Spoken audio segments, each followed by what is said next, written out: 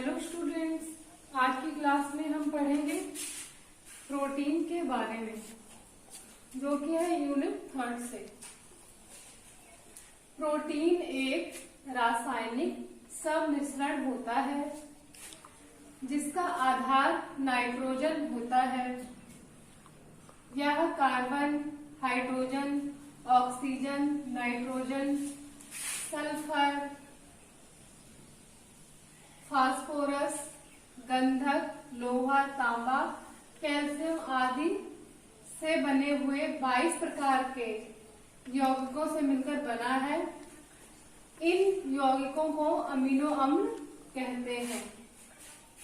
Amino अम्ल किसे कहते हैं? जो आपको बताया गया इसमें carbon, hydrogen, oxygen, nitrogen, sulphur, phosphorus, गंधक, लोहा, तांबा, कैल्शियम आदि से जो यौगिक बनेंगे, इससे इन यौगिकों को कहा जाएगा अमीनो अम्ल। ठीक है, और ये कितने हैं? 22 प्रकार के हैं।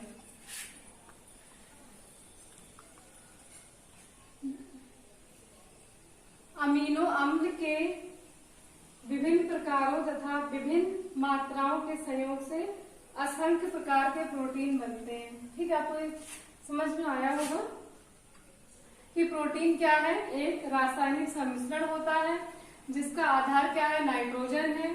और जो प्रोटीन है कार्बन, हाइड्रोजन, ऑक्सीजन, नाइट्रोजन, गंधक, फास्फोरस आदि से बने हुए 22 प्रकार के यौगिकों का सम्मिश्रण होता है। और इन यौगिकों को क्या कहा जाता है? इन यौगिकों को अमीनो अम्ल कहते हैं। प्रोटीन में कार्बन 50 से 55% पाया जाता है, हाइड्रोजन 6 से 7% पाया जाता है, ऑक्सीजन 20 से 24% पाया जाता है, नाइट्रोजन 14 से 18% पाया जाता है, सल्फर 0.3 से 0.5% पाया जाता है, और जो फास्फोरस है उसकी अल्प मात्रा रहती है। फास्फोरस, लोहा, तांबा, कैल्शियम आदि की मात्रा इसमें क्या रहती है? कम रहती है। अब हम देखते हैं प्रोटीन प्राप्ति के कौन कौन से साधन हैं। प्रोटीन प्राप्ति के 2 साधन हैं। पहला है प्राणिक प्रोटीन और दूसरा है वानस्पतिक प्रोटीन। जो प्राणिक प्रोटीन है उसके अंदर क्या क्या आता है? मांस, मछली, अंडा, दूध से बने पदार्थों में प्रोटीन अधिक पाया जाता है। तो जो सभी प्रकार के मांस, मछली, अंडा, रक्त, जिगर, दूध एवं दूध से बने हुए पदार्थ, जैसे कि दूध से कौन कौन से पदार्थ बनते हैं?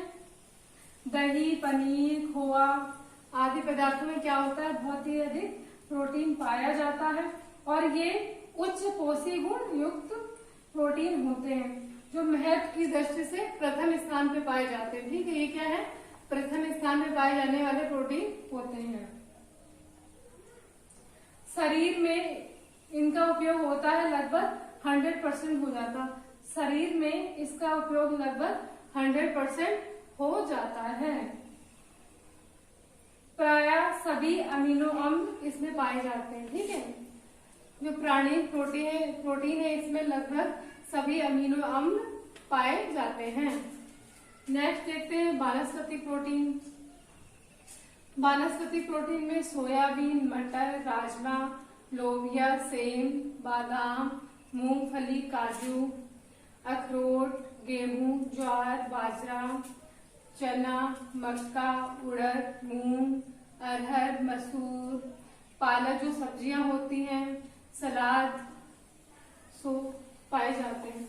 वानस्पतिक प्रोटीन में क्या क्या आएगा? जैसे कि जो पेड़ पौधे से प्राप्त प्रोटीन होती है वो सब किसमें आएगी? वानस्पतिक प्रोटीन में आती है। जैसे कि विभिन्न प्रकार की दालें हो गई, सोयाबीन, मटर, राजमा, लोबिया, सेम, ठीक है, उड़द, मूंग, अरहर, मसूर, तो ये क्या है? ये सब दालें हैं। इसके अलावा जो ड्राई फ्रूट्स होते हैं जिनको मेवे कहा जाता है जैसे कि बादाम, मूंगफली, काजू, अखरोट आदि। इसके अलावा जो अनाज है, अनाज में क्या क्या पाया जाता है? गेहूं, ज्वार हो गया, बाजरा हो गया, चना, मक्का, उड़द, मूंग, ठीक है, उड़द। तो ये किसके अंतर्गत आते हैं? अनाज के अंतर्गत आते हैं।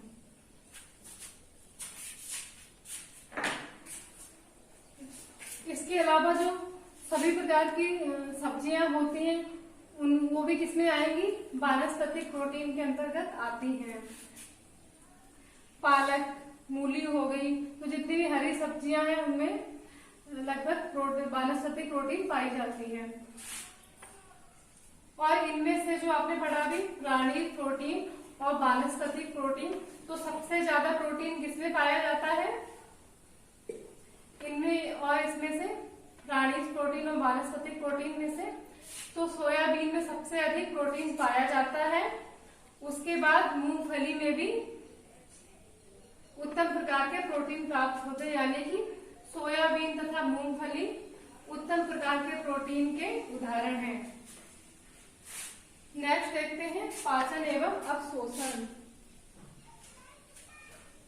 प्रोटीन का पाचन आमाशय तथा छोटी आंत में होता है।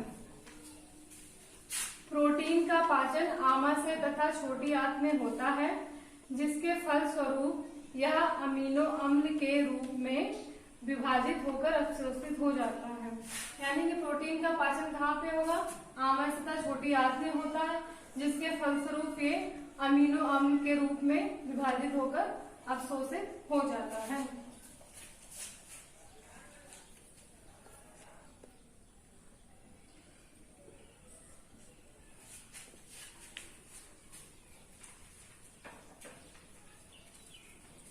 आइए हम ये जान लेते हैं कि प्रोटीन की दैनिक आवश्यकता कितनी होती है। जो साधारण कार्य करने वाले पुरुष होते हैं उन्हें 55 ग्राम प्रोटीन की आवश्यकता होती है, और इसके अलावा जो साधारण कार्य करने वाली महिला होती है उन्हें 45% ग्राम पर डे की आवश्यकता होती है,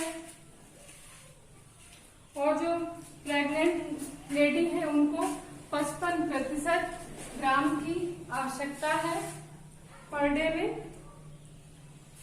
इसके अलावा स्तनपान करने वाली जो महिलाएं हैं उनको 65% प्रोटीन की आवश्यकता होती है, 65% ग्राम।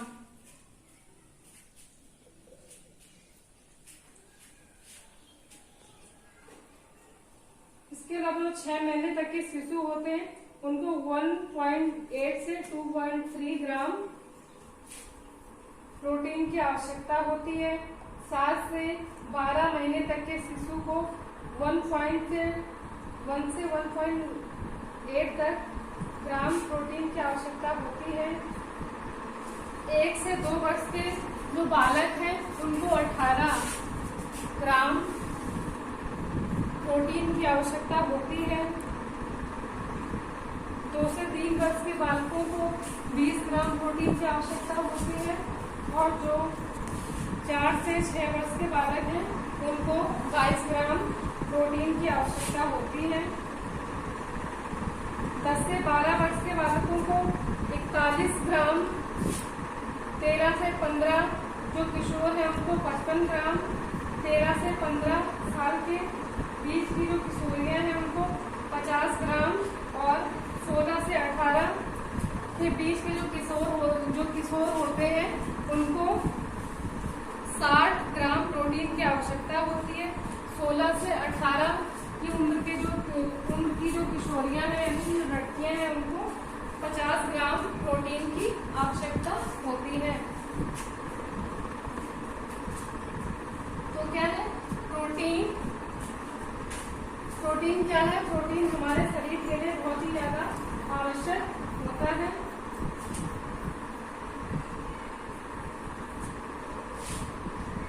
प्रोटीन शरीर की वृद्धि एवं विकास में भी बहुत ज्यादा उपयोगी होता है। प्रोटीन तंतुओं का पुनर्निर्माण करता है एवं टूट की मरम्मत करता है। प्रोटीन और प्रोटीन से मुख्य क्या मिलती है? ऊर्जा यानी कि एनर्जी मिलती है। शरीर में ऊर्जा उत्पन्न करने का कार्य तब करता है जबकि कार्बोहाइड्रेट तथा वसा द्वारा ऊर्जा पर्याप्त मात्रा में उपलब्ध होती है।